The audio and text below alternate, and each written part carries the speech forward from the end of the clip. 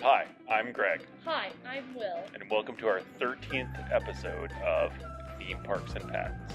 Today we're talking about a Roger Rabbit ride, which I mentioned that we'd be talking about in the previous episode.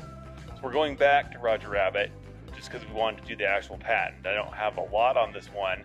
It's expired, but we did talk about Roger Rabbit in terms of the power generation previously, so we wanted to go back and actually talk about because Disney did get a patent for the actual Roger Rabbit ride. And we'll show, I'm looking up here, and we'll show a patent of like the entire track layout. Yeah, so that's figure one. I'm just going to go through the figures here. That's probably the easiest way to do it, if I can find my cursor. Figure one, it's a standard dark ride layout. They have the Roger Rabbit, the difference is 14 here is the cars together. And then it just shows these little X elements. It shows the doors that they go through. If you've ever been on the ride, there's different. Any dark ride has the doors. Toad's has it. To keep you from seeing the next scene and always making you feel like you're going to run into them. And then it goes on to show the car and the chassis. Figure 1, 2, and 3. That's the back of it, and then you see in figure 2 shows the best shot of like the two different cars that are together on the track. The chassis, the stuff underneath. You can see the fake floor. Trying to think if that's labeled. Can I say something? Yeah. So, shout out to TPM Vids. Shout out to them.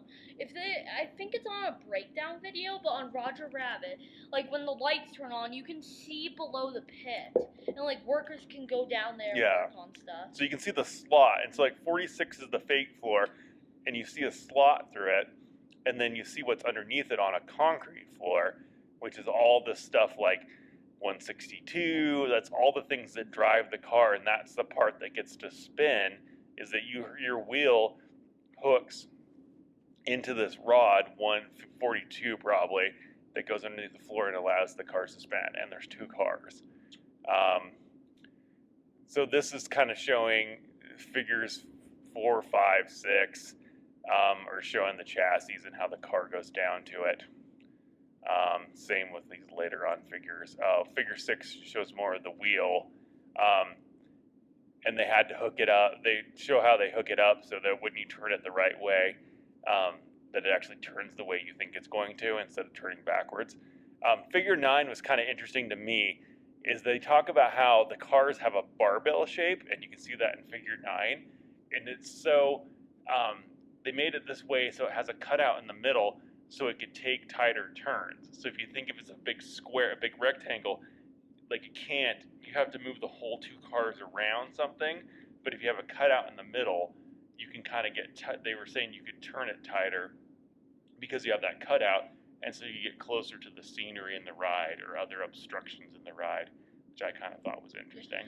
Yeah, another thing that I think Disney could do, because they have the technology to do it, probably, but I feel like they could have made the wheels roll along the track.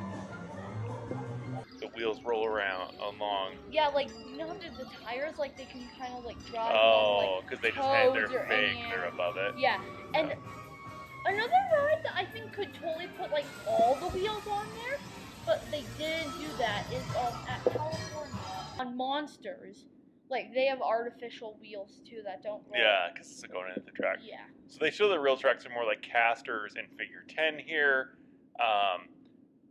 Figure 11 is the flow chart. So what they do too is there's some software in it that is certain sensing points.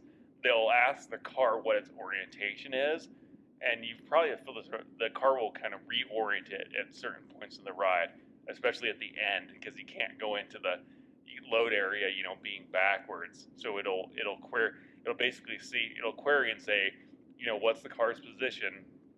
And then if you're sideways or backwards, it'll basically point you forward, especially when you're going into the load area. And it doesn't do that at the load area. And it doesn't even do that before you go into the load area. It does that right when you see the weasel with the squirter thing. Is that where it straightens you out? Yeah. Good memory. I don't know. The other thing they claim the ability to have a user turn the car. There's actually a lot of claims on this. It's an older patent where they filed a bunch of claims. So they claim the idea of having the user turning. They claim the idea of having it reorient itself based on sensors. And they also claim the track covers. So these are just covers, basically. So we talked about the fake floor. And so since there's a slot in the floor by the car, for safety reasons, they want to keep that covered, the slot, in the car's area. So they talk about that, and then they talk about how they deal with that, this cover when they go. Actually, take you back to figure one. Um, they talk about a service area, so that's 30 on this picture. You see this little side loop. So this is where you would run a car out if it needs maintenance. So you take it off the main track, and so they talk about how the covers, the track covers, handle the chain when it goes into a service area, and that's shown. And they have the side maintenance area, and so it's like, how do you get it? It's got to change tracks to go into the maintenance area, and how do you handle the covers have to be able to handle that, and so they talk about that as a claim too, and that's almost as more of a safety reason, is that you don't want it open, the track open by the car. Safety first, kids. Yeah, and that's really it. Yeah. That's the couple of things I thought interesting about this was the barbell shape of the cars. The two different cars are on two different circles with a cutout so they can make tighter turns.